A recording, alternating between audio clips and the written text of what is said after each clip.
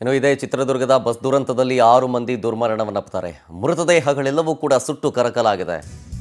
ಆದರೆ ಪತ್ತೆ ಕಾರ್ಯವನ್ನ ಮಾಡೋದರಲ್ಲೇ ಸವಾಲಾಗಿತ್ತು. DNA ಪರೀಕ್ಷೆ ಮಾಡೋ ಮೂಲಕ ಈಗ ಮೃತದೇಹವನ್ನ ಪತ್ತೆ ಮಾಡ್ತಾರೆ ವೈದ್ಯರು.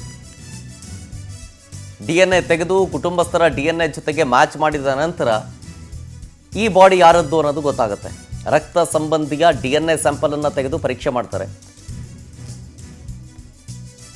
ಚಿತ್ರದುರ್ಗದ ಬಸ್ ದುರಂತದಲ್ಲಿ 6 ಮಂದಿ ದುರ್ಮರಣವನ್ನಪ್ಪಿದ ಕೇಸ್ ವಿಚಾರಕ್ಕೆ ಸಂಬಂಧಪಟ್ಟಂತೆ ಈಗ ಮೃತರು ಯಾರ್ಯಾರು ಅನ್ನೋದು ಗೊತ್ತಾಯಿತು. ಆದರೆ ಯಾವ ಮೃತದೇಹ ಯಾರದ್ದು ಅನ್ನೋದನ್ನು ಗುರುತು ಮಾಡೋದು ಬಹಳ ಸವಾಲು.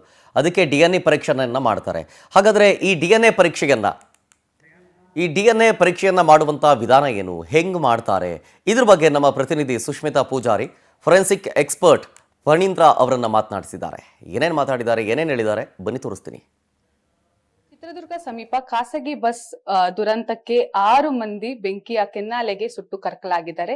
ಇವರ ಮೃತದೇಹವನ್ನ ಪತ್ತೆ ಹಚ್ಚಲಿಕ್ಕೆ ಅಸಾಧ್ಯ ಆಗಿದೆ. ಹೀಗಾಗಿ DNA ಮೂಲಕ ಈ ಒಂದು ಮೃತದೇಹ ಯಾರದ್ದು, ಯಾವೊಂದು ಕುಟುಂಬಕ್ಕೆ ಸೇರಿದೆ ಅಂತ ಹೇಳಿ ಇವಾಗ ಫೋರೆನ್ಸಿಕ್ ಅವರಾಗಿರಬಹುದು, ಹಾಗೆ ವೈದ್ಯರು ತಮ್ಮ ಕುಟುಂಬಗಳಿಗೆ ಆ ಒಂದು ಮೃತದೇಹವನ್ನ ಹಸ್ತಾಂತರಿಸುವಂತಹ ಪ್ರಕ್ರಿಯೆಯಲ್ಲಿದ್ದಾರೆ.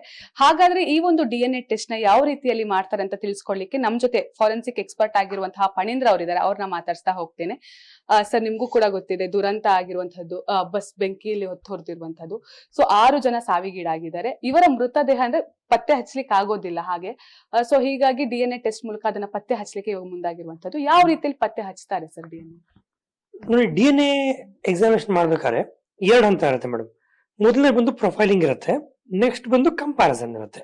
ಸೊ ಪ್ರೊಫೈಲಿಂಗ್ ಮಾಡ್ಬೇಕಾದ್ರೆ ಇವಾಗ ಅಲ್ಲಿ ಕರಕಲಾಗಿರುವಂತಹ ದೇಹಗಳು ಸಿಕ್ಕಿದೆ, ಅದರಲ್ಲಿ DNA ಎಕ್ಸ್ಟ್ರಾಕ್ಷನ್ ಮಾಡಿಕೊಂಡು ಅದನ್ನ ಪ್ರೊಫೈಲಿಂಗ್ ಮಾಡಿ ಯಾರು ಬಂದು ಈ ದೇಹ ನಮ್ಮ ಸಂಬಂಧಿಕರು ಇರ್ಬೋದು ಅಂತನೋ, ನಮ್ಮ ಅಣ್ಣಂದು, ತಮ್ಮಂದು ಅಥವಾ ನಮ್ಮ ಪೇರೆಂಟ್ ಅಂತ ಏನೋ ಆ ಬ್ಲಡ್ ರಿಲೇಶನ್ಶಿಪ್ ಅಲ್ಲಿ ಬಂದ್ಬಿಟ್ಟು ಇಂಥವ್ರ ದೇಹ ಇರಬಹುದು ಅಂತ ಅವ್ರೇನ್ ಕ್ಲೈಮ್ ಮಾಡ್ತಾರಲ್ಲ, ಅವರ ಬ್ಲಡ್ ಸ್ಯಾಂಪಲ್ ಅಥವಾ ಅವರ ಒಂದು DNA ಸ್ಯಾಂಪಲ್ ನ ಕಲೆಕ್ಟ್ ಮಾಡಿಕೊಂಡು ಸೊ ಇದನ್ನು ಅನಲೈಸ್ ಮಾಡಿ ಅದನ್ನು ಅನಲೈಸ್ ಮಾಡಿ ಯಾವ್ದು ಮ್ಯಾಚ್ ಆಗತ್ತೆ ನೋಡ್ಕೊಂಡು ಆ ಬಾಡಿ ಅಂತವ್ರದ್ದಿರ್ಬೋದು ಅಂತ ಕೊಡುವ ಪ್ರಕ್ರಿಯೆ DNA ಫಿಂಗರ್ ಪ್ರಿಂಟಿಂಗ್ ಅಥವಾ DNA ಎಕ್ಸಾಮಿನೇಷನ್ ಅಲ್ಲಿ ಆಗುವಂತ ಒಂದು ಔಟ್ಕಮ್ ಇದಾಗಿರುತ್ತೆ. ಸರ್, ಅಂದ್ರೆ ಇದ್ರಲ್ಲಿ ಹೇಗೆ ತಂದೆ ತಾಯಿ ಅಥವಾ ಕುಟುಂಬಸ್ಥರು ಯಾರ್ದಾದ್ರು ಬೇಕಾದ್ರೆ DNA ತಗೊಳ್ಬಹುದು, ಇಲ್ಲ ಪರ್ಟಿಕ್ಯುಲರ್ ಇವ್ರದೇ ತಗೊಳ್ಬೇಕು ಅಂತ ಏನಾದ್ರು ಇದೆಯಾ ಸರ್? ರಕ್ತ ಹಂಚ್ಕೊಂಡು ಹುಟ್ಟಿರುವಂತ ಯಾವ ವ್ಯಕ್ತಿ ಬೇಕಾಗಿರ್ಬೋದು, ಅಂದ್ರೆ ಸಿಬ್ಲಿಂಗ್ಸ್ ಅಂದ್ರೆ ಅಣ್ಣ ತಮ್ಮ ಅಕ್ಕ ತಂಗಿರಾಗಿರ್ಬೋದು, ಅಪ್ಪ ಅಮ್ಮ, ಸೊ ಇಷ್ಟು ಜನದ ಮಾತ್ರ DNA ನಾವು ಎಕ್ಸಾಮಿನೇಷನ್ ಮಾಡ್ಲಿಕ್ಕೆ ಸಾಧ್ಯ. ಬಿಕಾಸ್ ಆ DNA ಪಾಸ್ ಆಗೋದು ರಕ್ತ ಸಂಬಂಧಿಕರಲ್ಲಿ ಮಾತ್ರನೇ.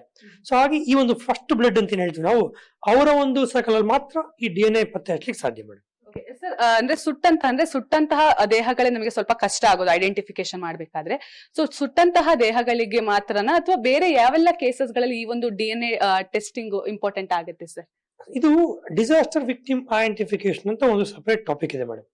DVI ಡಿಸಾಸ್ಟರ್ ವಿಕ್ಟಿಮ್ ಐಡೆಂಟಿಫಿಕೇಶನ್ ಅಂತ ಕೇಳಿದ್ರೆ ಪ್ರವಾಹ ಬಂದು ಕೊಚ್ಕೊಂಡು ಹೋಗಿ ಬಿಲ್ಡಿಂಗ್ ಮಧ್ಯೆ ಸಿಲುಕೊಂಡು ನೀರಲ್ಲಿ ಮುಳುಗಿ ಹೋಗಿ ಅದೆಲ್ಲ ಕೂಡ ಡಿಸಾಸ್ಟರ್ ವಿಕ್ಟಿಮ್ಸ್ ಅಂತ ಕರೆಯೋದು. ಏನ್ ಫೈರ್ ಆಗಿದೆ ಅದು ಕೂಡ ಡಿಸಾಸ್ಟರ್ ಅಂತ ಲೆಕ್ಕ ಬರುತ್ತದು. ಸೊ ಆ ಒಂದು ಕಾರಣಕ್ಕೆ any kind of disaster victim identification ಅಂತ ಬಂದಾಗ ಒಂದು DNA ಪ್ರಕ್ರಿಯೆ ಹಾಗೆ ಆಗುತ್ತೆ. ಇದಿಷ್ಟೇನು ಫೋರೆನ್ಸಿಕ್ ಎಕ್ಸ್ಪರ್ಟ್ ಆಗಿರುವಂತಹ ಫಣೀಂದ್ರ ಅವ್ರ ಮಾತಾಗಿದೆ. ಕ್ಯಾಮ್ರಾ ಪರ್ಸನ್ ರಮೇಶ್ ಜೊತೆ ಸುಷ್ಮಿತಾ ಪೂಜಾರಿ, ಪವರ್ ಟಿವಿ, ಬೆಂಗಳೂರು.